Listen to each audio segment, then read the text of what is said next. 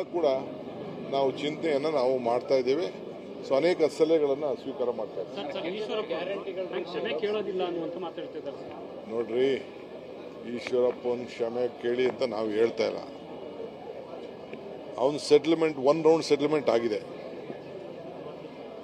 ಅಸೆಂಬ್ಲಿಲಿ ಏನೋ ಮಾತಾಡಿದ್ರು, ನಿಮ್ಗೆ ನೆನಪಿದೆಯಾ? ನಮ್ಮ ಫಾದರ್ನೆಲ್ಲ ಪಾಪ ನೆನೆಸ್ಕೊಂಡಿದ್ರು. ಈಗ ಎಲ್ಲಿದ್ದಾರೆ ಈಶ್ವರಪ್ಪ? ಯಾರ್ಯಾರು ನಮ್ಮ ಸುದ್ದಿಗೆ ಬಂದಿದ್ದಾರೆ ಅವ್ರದ್ದೆಲ್ಲ ಒಂದೊಂದು ಸ್ಟೇಜ್ ಸೆಟ್ಲ್ಮೆಂಟ್ ಆಗ್ತಾ ಇದೆ.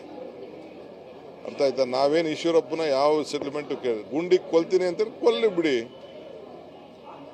DK ಸುರೇಶು ಈ ಗುಂಡಿಗೆ ಇವಕ್ಕೆಲ್ಲ ಎದುರೋ ಬ್ಲಡ್ ಅಲ್ಲ ಅದು. ಕೆಂಪೇಗೌಡರ ಇತಿಹಾಸ ಗೊತ್ತಿದೆಯಲ್ಲಪ್ಪ. We have our own history in Bangalore. ಪ್ರೇರೇಪಣೆ ಮಾಡೋದು ಬೇಡ, ನಾನೇ ಬರ್ತೀನಿ ಈಶ್ವರಪ್ಪನವ್ರ ಮನೆಗೆ.